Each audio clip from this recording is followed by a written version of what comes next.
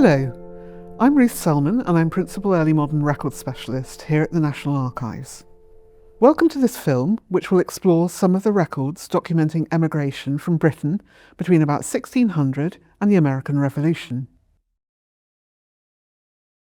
Working in the reading rooms, I often encounter descendants of early British emigrants to America, hoping to find out information about their ancestors' place of origin and their journey across the Atlantic. I wish we did have unexamined boxes of records which would answer these enthusiastic queries. But it is fair to say that the records recording early emigration from Britain are sparse, and the obvious ones have been combed through by diligent researchers over the last century or so, and published as indexes, and subsequently made available online. Those published sources are the best place to start, because they bring a wide range of indexes together in a single place, and are more accessible than original archival records. There are also many records in American archives which provide useful information about its early immigrants. However, although we may not be the first place to come to carry out this sort of research, our records can provide that extra nugget of information which helps reveal key identifying information about an individual. In this film, I will introduce you to some of these records and help you understand what lies behind those useful indexes. The types of records which survive are occasional lists of passengers, especially in the 1630s, licenses and passes for travel, sentences of transportation in criminal trials, and treasury receipts for transportation of convicts, a few wills, and a small but deep gold mine of emigration returns from 1773 to 1776. It is intriguing to consider what made people jump into the unknown, leaving family, friends, and a way of life behind to cross to the New World. People emigrated to America prior to the Revolution for a variety of reasons, often drawn by what one researcher has termed the sheer magnetism of economic betterment and religious toleration. Some were escaping pressures to conform to a flavour of Christianity which they did not support. Others were perhaps reluctant to pay imposed taxes, such as Charles I's forced loan, and some were seeking employment opportunities wherever they were available. Of course, some emigrants had no choice, having been sentenced for a term of years to transportation for being found guilty of a felony. The draw to cross the Atlantic encouraged some migrants to sell their labour for some years to come in order to pay for their passage. These indentured servants were contracted to serve their new masters for periods up to 7 years. People in early modern Britain regularly moved, especially when seeking employment, with patterns of mobility identifiable at local and regional levels, particularly between rural and urban areas. Global migration can be seen as an extension of this social pattern, but it must have been particularly challenging to commit to travelling into such a different and largely unknown environment. These are some of the invaluable published indexes to our early emigration records. In 1874, John Camden Hotten published an index to emigrants. It had a very long title, which I will read in full to give you a feel for the scope of the records consulted. The original lists of persons of quality: emigrants, religious exiles, political rebels, serving men sold for a term of years, apprentices, children stolen, maidens pressed, and others who went from Great Britain to the American plantations, 1600 to 1700. And there's more, with their ages, the localities where they formerly lived in the mother country, the names of the ships in which they embarked, and other interesting particulars. In the 20th century, Peter Wilson Coldham carried out a true labour of love, producing multiple indexes of emigration records, with titles such as the Complete Book of Emigrants and the Complete Book of Emigrants in Bondage. With the coming of online genealogy services, these indexes were put online and augmented by sites such as Ancestry and Find My Past. You may be familiar with passenger lists from the 19th and 20th centuries, but sadly there are no comprehensive records of this type for the earlier period. However, there were a couple of periods when the authorities took a more careful look at who was leaving Britain: the 1630s and the 1770s.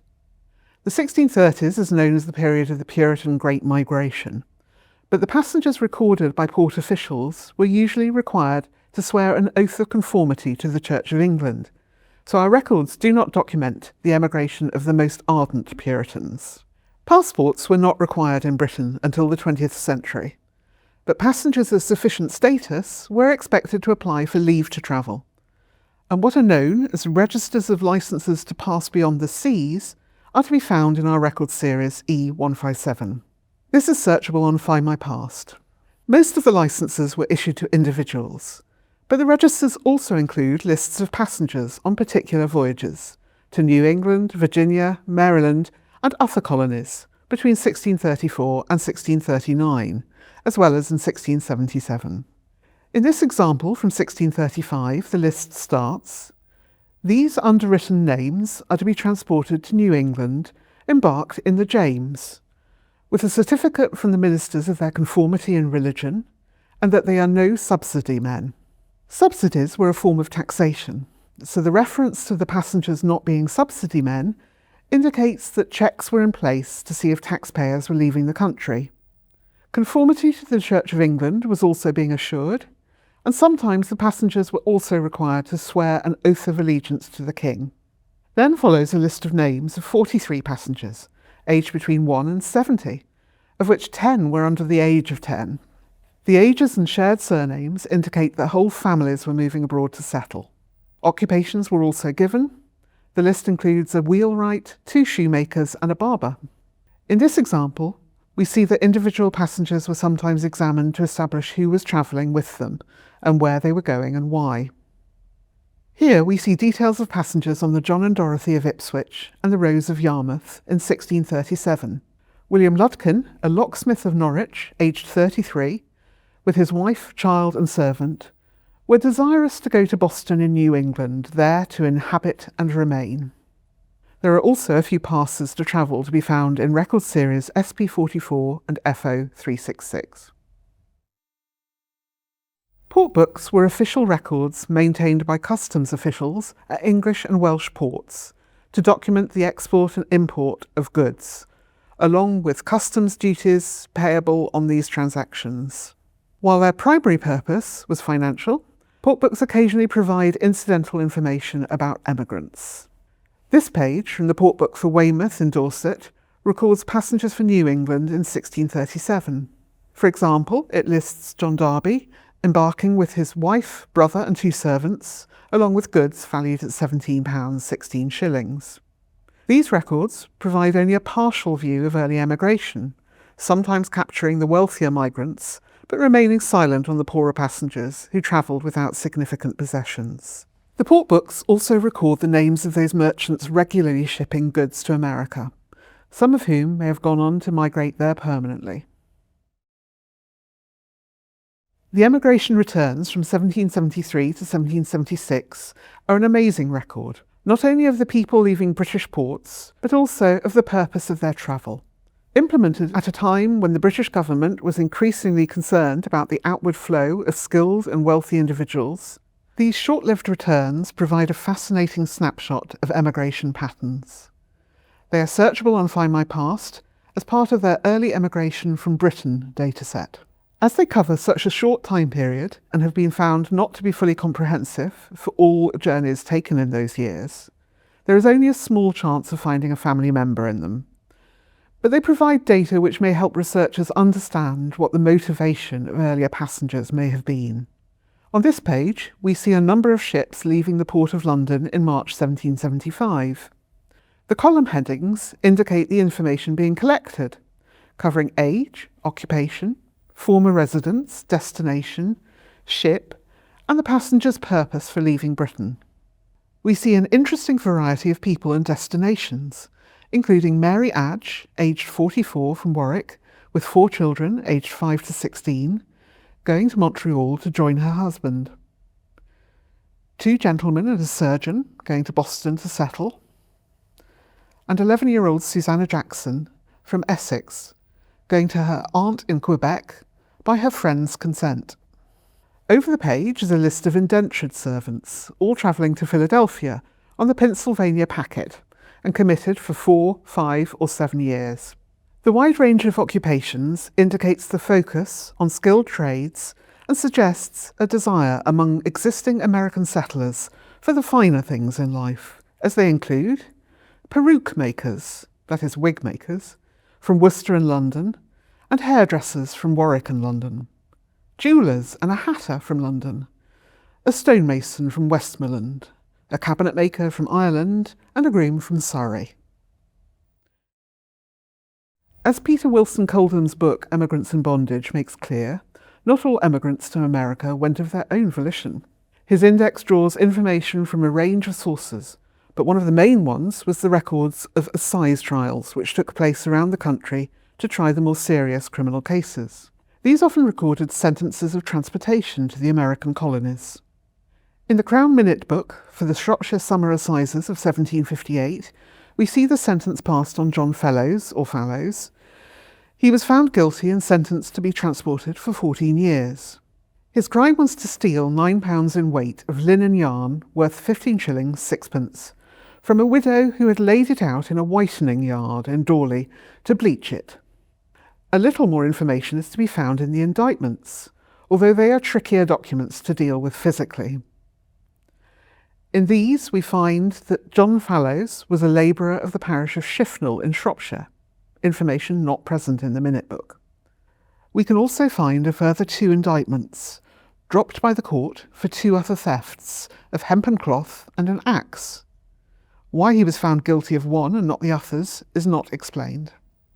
Another source for transported convicts are records of treasury payments to the owner of the ship carrying them.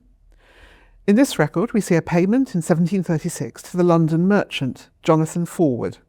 He was contracted to transport 124 prisoners at £5 per head to Maryland on the Patapsco Merchant. The prisoners are listed by name. There is no other identifying information apart from the location of the jails, except that husbands' names are given for married women. Number 25, Mary Field, was convicted in the Old Bailey, and we can find out a little more about her crime on the website, Old Bailey Online. She was of the London parish of St Botolph Aldgate and was found guilty of stealing 20 yards of silk ribbon from a shop. The National Archives holds extensive correspondence of the Secretaries of State and the Board of Trade relating to America in the colonial period. These letters contain references to many names and places which may help identify an early ancestor in the area. They have been summarised and published in the Calendar of State Papers Colonial, America and West Indies, which covers the period 1573 to 1739, and discussions about colonial matters are transcribed in the Acts of the Privy Council Colonial Series 1613 to 1783.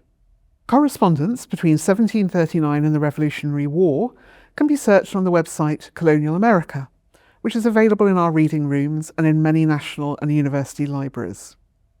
There are some records in these series which can be remarkably informative about populations in Britain's American colonies. This 118-page muster of residents in Virginia in 1624 records the names of inhabitants, the year they arrived and the ship on which they travelled, other family members, and supplies of food, armaments and livestock. In Charles City, 44-year-old Luke Boys had arrived 5 years earlier on the Edwene. His wife Alice arrived 3 years after him, and their 2 servants, Robert Hollam and Joseph Royal, are also recorded with their ages and arrival dates. Many settlers in America wrote wills when they had property to bequeath. When they had also retained property or goods in England or Wales, their will might be proved in the Prerogative Court of Canterbury, and we will have a copy of it in the court registers. For example, the will of Jose Glover, originally of London, who died overseas in 1638, bequeaths lands in New England, as well as property in Old England. I hope this taster of the records which lie behind the indexes has whetted your appetite for research within the archives. If you want to take your research further, please take a look at our research guides on our website. These introduce you to the records we hold, how to find them, and what they mean once you have done so. I wish you every success with your research.